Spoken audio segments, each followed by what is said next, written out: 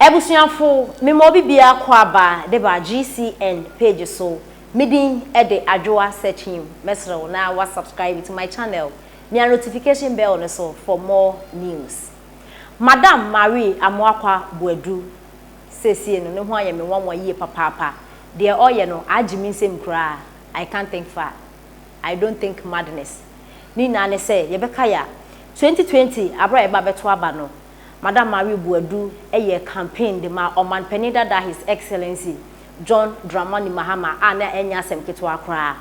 ene NPP fo ena His Excellency na nado dan kwakufu ado omu hu amane papa ewo Marie ne nsa no ene na enya asem ketwa kra omo kasa ditia NPP amayoku no ena His Excellency na nado dan kwakufu ado Marie e kan ya kan se mema na Ghana fo ento aba ma NPP amayoku no because amembu no enkoyie ti yekọ for Oman Penida da John Dramani Mahama ne yansanso emfanembra na 2020 yeto aba ni wie a Oman Penida da John Dramani Mahama anjantum say wedding kuku no ene Marie omo make comment e social media ekeka nse bebre na de adea na ende Marie etre say NDC no kodi a chini kwa wenu no nti no aba back to NPP na Marie ba NPP ene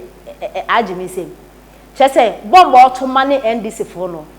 esense ne wo NDC na otomani NPP fo no ene wo kanadwen basa na Marie ena ende ode efutu ana say warning ema NDC fo na ne se mo kenya ne say obesiu NDC party no obetam NDC party ne emu ni pay na e de omo akokot na de ntina Marie so de NDC party no e ba be kokot Marie e kire say after 2020 election no eye Oman Penida da John Dramani Mahama etre say wedding kuku no Marie etre say o make comment bia na ense emfata omo keka ensem bia na ensem fata na sa ensem na say comment no o make no ni na ye NDC fo e no omo dada no e de CV no omo pushi na no bedi nsem hu social media no ana say ne platform so e wo Facebook ana say YouTube no nti ensem o kan na NDC fo e no omo dada no nti no and they or the NDC for no court because hotna say hu no NDC for mo nka no kware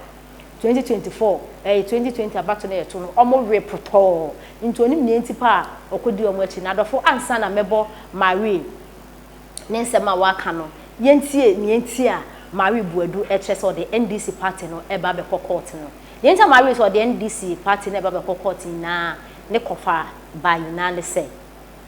Honorable Brian a champion I could make a comment be now comment no honorable make no a trend wo Ghana ho bia kan ho asem social media bia ma comment fa ho media houses wo Ghana ho bia e kan ho asem comment honorable making na say 2024 about to na eba beto no enya de a omo de power no ebe ma NDC for so easy sir because omo ba be mana economy na gina ne nan so nti omo ba be bom ho modern ebe di 2024 na Ghana for yen refi class e ko hardship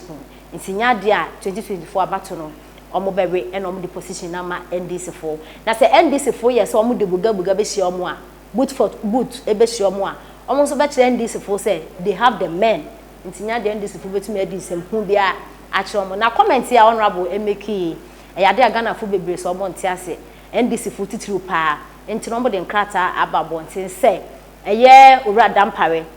police penin onche Brian a champion honorable Enfano entum na sa krata ya NDC for de aba out yi ena NPP fo ni bi nso e ka se na mo NDC fo de na ha mo ni bi abokọ de mo adwene bi ayo okay aho mo refi asema o resi edu kete aka o se inipa nkwakwa no mo de betwa so 2024 about no mo wi no mo de betwa so Oman Penida da John Dramani Mahama say when it comes to violence obi entumi NDC party no ene abranti a oyeswame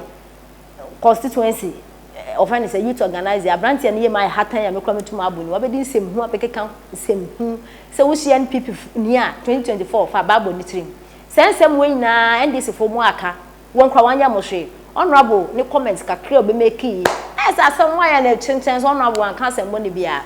na no ena NDC fo omo statement omo de ba out say won honorable no NPP fo so de about eye na B national youth organizer so odene de aba NPP ni o kire say okay so mo say CID and I say owura dampare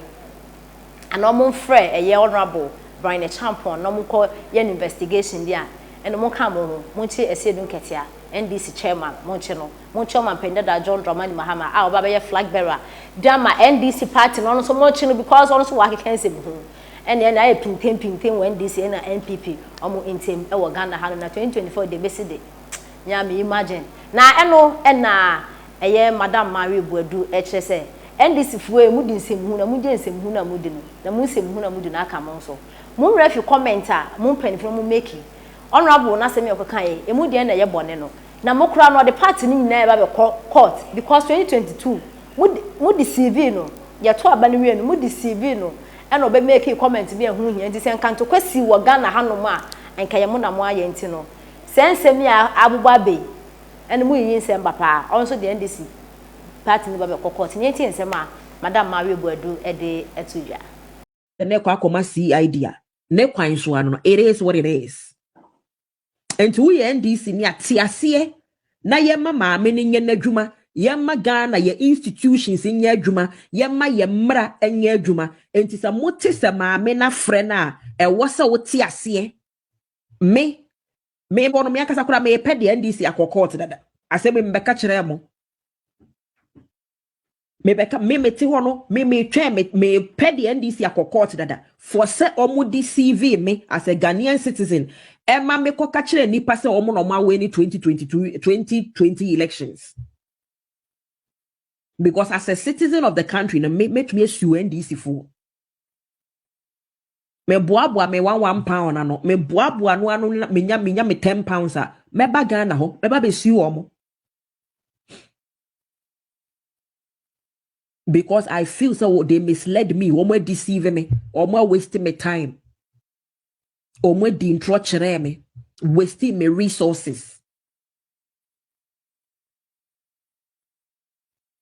asa gu manimu ase asa aka ho ma me di me reputation be time wachi e ko ka kire wiase nyina se mo na ma we ni 2020 elections because mo be ka kire se mo na ma we ni sa mo machines kura a crash after 5 regions and you were aware mo ameka koko waste court time 41 days na ya tu ye no agu chief justice eni ye boaso sa ni nyina na president Mahama ni se we lose elections no e hye na ho and ODCV followers. Let us allow institutions to work. Let us allow the systems to work. Your best Madam CID, Madam Faustina, your best Kayena na ya santo akokodro no o sabi ewoye nyina ye mu no. Na bomodiana frɛ na bomodiana frɛ Mr. Josia se dunketia. Ne omo aye ne so de nyame nim no kwani aye treasonable. Maame Faustina se when to me amfrɛ omo a wa ammoa oman Ghana